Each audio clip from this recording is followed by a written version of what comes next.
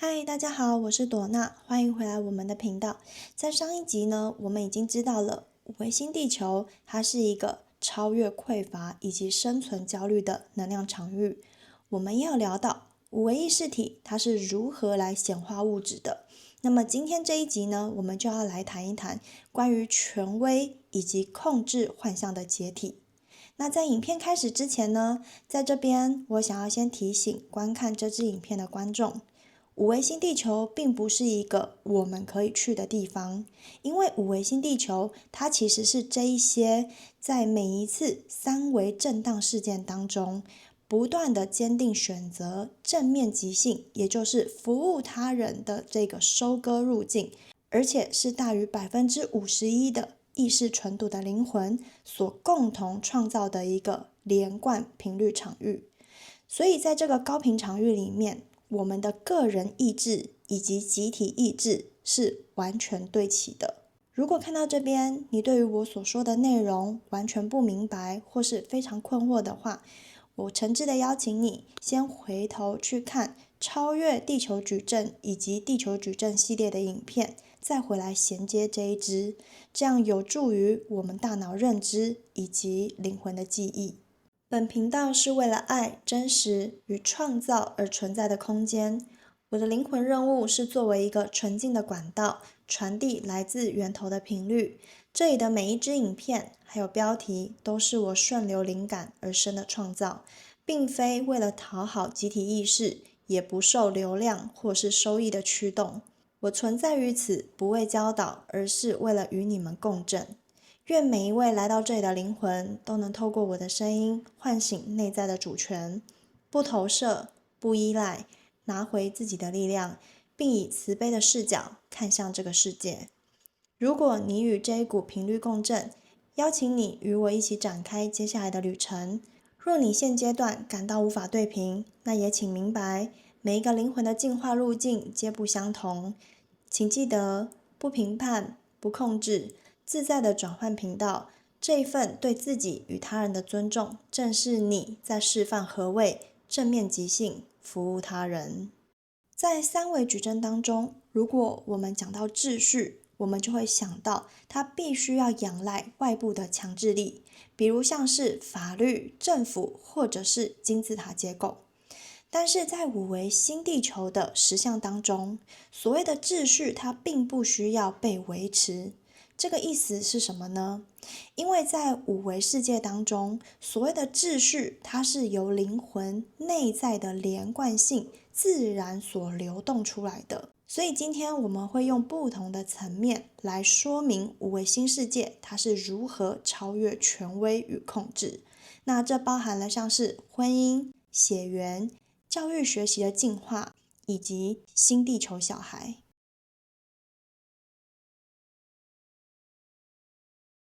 在五维新地球当中，我们再也找不到任何一位统治者，这是因为旧有的金字塔权威式的结构，它其实是建立在失去的恐惧，还有稀缺的控制权之上。所以呢，当我们不再恐惧匮乏，而且我们知晓我们跟万物是合一的时候，那一些控制的幻象，它其实自然的就会碎裂了。五维的治理方式呢，已经转变成集体意识的即时共识。这是什么意思呢？就是如果当有一个议题，它需要被大家决定或者是判定的时候，已经不是采用像是投票或者是辩论的方式来决定，而是透过集体意识的振动频率的共鸣来判定。你可以这样想，如果这个议题它是跟爱、扩展还有合一的这个高频率完美契合的话，那么这个议题它就会立即的被显化。但是如果这个议题并没有高度契合所谓的爱与合一，那它就会立即的被视为像是不连贯的杂讯而被排除在外。所以你们想，像这样子的方式，它根本不需要做任何的政治斗争，对吗？这也是将主权完全的回归给灵魂。但是在这边请你们注意哦，这个前提是每一位灵魂他们都选择了最高的服务集体这样子的状态，所以不会去产生任何的内在矛盾以及冲突。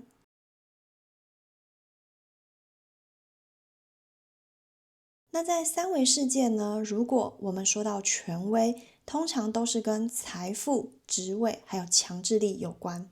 但是在五维新世界，我们要知道，这一些过去的我们所谓的领导者，他会被一个叫做功能性的协调者来取代。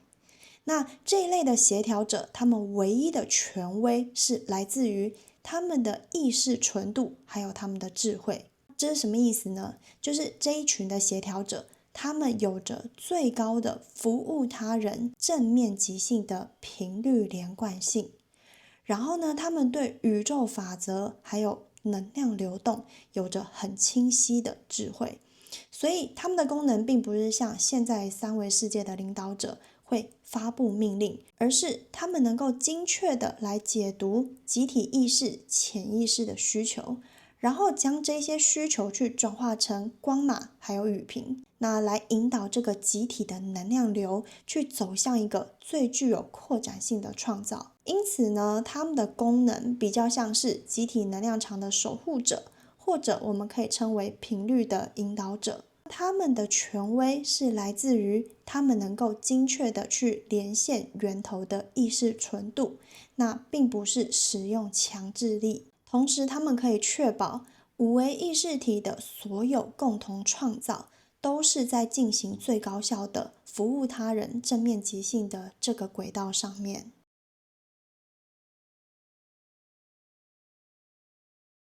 当权威解体，这个也扩展到了我们最亲密的层面，也就是人与人之间的关系。在三维世界里面，婚姻其实是跟法律契约所绑定的，那血缘它是义务，而关系却充满着例如像是业力清算，还有依赖性的控制。但是在五维世界，这一切都会被灵魂的纯粹共振来所取代。因此，婚姻契约在五维世界其实是并不存在的。人与人之间关系的延续，它完全是取决于这两个灵魂的共同服务意图，以及当前振动的共鸣度如何。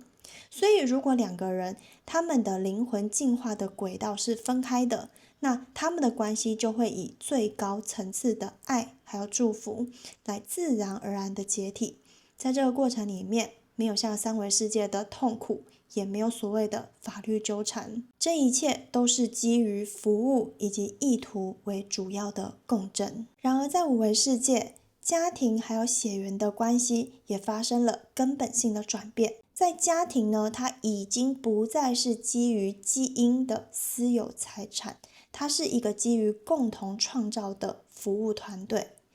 我们可以这样说，因为在五维意识当中，我们都知道我们跟万物是合一的嘛，所以呢，我们跟所有的灵魂连结都已经提升到了所谓的灵魂家族的层次。因此呢，在五维家庭，它已经不再是基于基因的限制或者是法律的规范，而是基于真正的灵魂自由选择，还有能量的连贯性。我们不必再因为必须而跟某些人产生连线，而是基于真正的爱还有服务的喜悦来选择跟某人连线。我知道这个时候你们可能会很好奇，那在五维新世界是否还有孩子的出生呢？答案是有的。仍然有新生命的诞生，但是呢，这新一代的五维新诞生的光体，它们的血缘其实是被视为一种所谓的选择性的共创体验。因为你们要知道，这一些新诞生的光体，它们都是带着极高的频率，还有特定服务他人任务而来的灵魂。因此呢，它是完全基于无条件的爱，还有共同服务的喜悦，而不是基于所谓的基因的私有财产。因为五维新诞生的生命还有成长，它其实都是有目的性的，而且有意识的，然后充满喜悦的一个进化的过程，并不是像我们现在是所谓的三维的宿命的延续。所以在这边我们已经有提及到了，在五维的新世界并没有所谓的老病死这样的需求，但是仍然有生的喜悦还有创造。在这个循环的重大转变里面，我们可以直接的去展现所谓意识对于载体的绝对主权，将生命从宿命的终结一直转化成所谓的无限的扩展还有服务。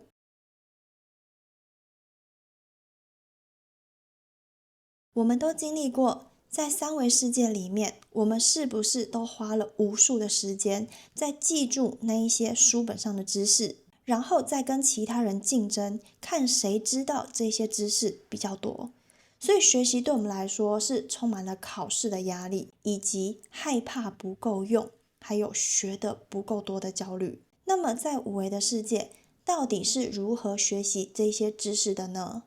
其实，在五维新地球，教育跟学习已经不再是需要透过重复的记忆，还有跟他人竞争，而是一种对于内在知晓的唤醒。知识已经不再是我们需要去抢夺的稀有资源，它也不是去储存在书本或者是电脑里面，它是永远储存在宇宙的阿卡西记录，也就是信息场里面。所以这些知识的传输，它其实是非常直接，而且是即时的。透过我们的意识跟信息场的连接，它会以一种像是光码数据包的方式来下载，瞬间的就可以去完整整个概念、技术还有智慧。这种感觉就很像，当我们下载了这个光码数据包到我们的意识载体里面的时候，我们一瞬间就可以去掌握一门可能很复杂的技术，或者是可能一整个星系的历史。这个时候你就会发现，你的心智是被释放了，你根本不需要再浪费很多的能量去储存那一些知识跟讯息。这个时候，我们就能够将我们的能量真的完全用在所谓的分析、整合还有创造上面。那最后，当我们获取知识发生了重大性的转变的时候，那原本过去一直象征权威的角色，包含像是老师或者是教授，那在五维呢，他们都会转变成频率协调者。那他们要做什么呢？其实它就是提供给五维意识存有一个高频的场域来做训练。那要训练什么呢？就是第一个要训练意识体的连贯性，再来第二个就是光码的解读能力。那这两个训练呢，就是为要协助五维的意识存有能够随时的去连线源头意识，来成为一个真正的主权存有。所以在过去，我们对于教育体制的惯性思维，是不是要先念完国小、国中，再来高中、大学？那这一些线性的学习体制就已经不会在五维世界存在了，因为这一些都是建立在权威分级还有线性的时间观念上面。那在五维呢，个体的意识发展并不是线性的，它是自发性的。所以知识的获取并不需要去透过外部的权威去认可，只要透过内在的意图连线就可以达成。我知道你们现在可能会想问，那五维意识体他们究竟要学习什么东西呢？其实这些意识体它会根据他们当下的灵魂任务所需，来去连接到所需的知识场域进行下载跟学习。所以学习的目的都是为了要集体的创造服务与贡献为基础的，因此这个比较像是功能性的学习节点，这样的学习模式与现在是完全不相同的。那既然整个学习体系都转变了，那我们平常所知道的一些学习的领域，是否也会跟着彻底转变呢？答案是毋庸置疑的，因为我们不需要再去学习关于三维物质世界的一些限制性的法则，而是要学习如何超越这些限制性。那我们这边举一个简单的例子，例如像是历史学，它可能就会转变成多维时间线的探索，或者是银河系的文明史，让我们可以更清楚知道我们在这个宇宙当中的定位。那物理学它可能会转变成像是振动学或者是光码工程学，已经不是再去研究原子还有分子这种固定的结构，而是转向去学习如何透过我们的意图来去操控频率，然后直接跟普拉纳的机制来共同的创造。因此在这个转变里面，学习光码跟语频是我们在五维的课程当中非常关键而且是最基础的一种技能。我们必须要理解的是，光码就是宇宙的程式语言，它是所有物质结构的几何蓝图，所以学习光码，你就可以更精准的去编程我们所需要的一切。那语频是什么呢？它其实就是光码的振动推动力，还有激活剂。如果我们可以透过语频的连贯性，还有准确的发音，我们就能够将光码的蓝图准确的去注入在普拉纳的能量场里面，我们就能够去实现物质的显化。这是作为我们主权创造者的唯一工具。所以简单来说，光码跟语频在五维世界当中，它就是语言的显化课程。如何用光跟声音直接对实相发出指令以及显化。我知道你们现在可能会很疑惑，我刚刚说，如果我们的知识都可以透过阿卡西这个信息场来下载的话，那为什么五维意识体还需要经过学习呢？主要是因为阿卡西下载它只能提供你一个蓝图，那如果你要去应用的话，你还是必须要这个意识载体来进行练习。举例来说，像是语频的应用，它就必须要意识载体的校准，还要经过意图的传化，还有能量的稳定性。这个通过一整个系列的整合还有实践的过程，你才能够完成所谓的语频的应用。所以阿卡西的确可以下载光码，但是你没有办法自动的学会如何用光跟声音来对实相来发出指令还有显化。因为语频的显化它并不只是知识的传输，它比较像是一种能量的发射，那这种需要被校准、被整合、被实践。所以当五维意识体要去进行所谓的有意识的创造或者是改变某一些活动的时候，光码跟语频它就会成为一个唯一的工具。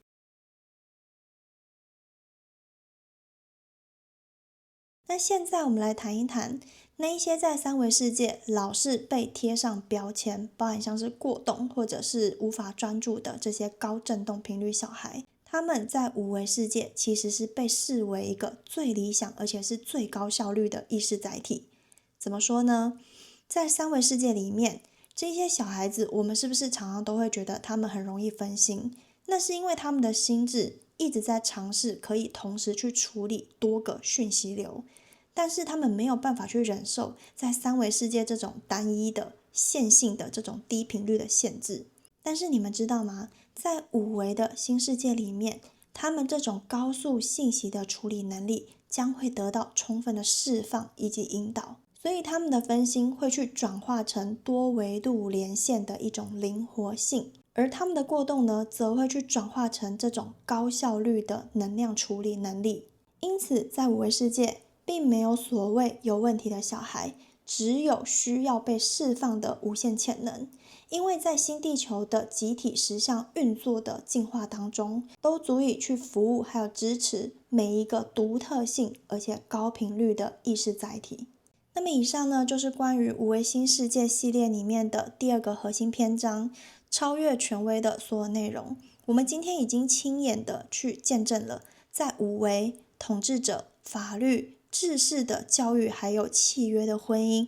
是如何被瓦解的。但是你们要知道，这一切的瓦解并不是因为发生了什么革命，而是因为我们的集体意识达成了51%的意识纯度所创造出来的一个连贯性的频率场域。我们一定要记得，当我们的内在连贯性足够强大的时候，我们根本不需要外部的权威来为我们定义什么是秩序，为我们定义什么是家庭，还有定义什么是知识。领导者会去转变成能量的维护者、守护者，教育它会变成光码的即时下载，然而我们的家庭会正式的去回归到所谓的灵魂共振的自由选择，你的主权完完全全的回归到你的手上。现在请你轻轻的闭上眼睛，请你深深的吸一口气，将你的意识铆定在我们刚刚所接收到的所有真相当中。将你的能量场与这个超越控制、充满自由的五维愿景来对齐。我们不是在描绘一个梦想国度，而是我们在确认你内在早已知晓的实相。当我们解除了外部的匮乏以及社会的权威之后，接下来我们迎来的是无为新世界的最终章，也就是最深刻的解放，超越二元。在下一集，我们会更正面的直接去面对所有限制性的对立解体，包含超越疾病与衰老，超越空间与时间，超越情绪与批判，这才是真正自由的开始。若你对这系列的主题有兴趣，邀请你订阅这个频道并开启小铃铛，并分享它给你在乎的灵魂朋友。最后感谢今天大家的对评，我是朵娜，愿你在每一个当下都坚定地活出你所创造的光。我们下周见，拜拜。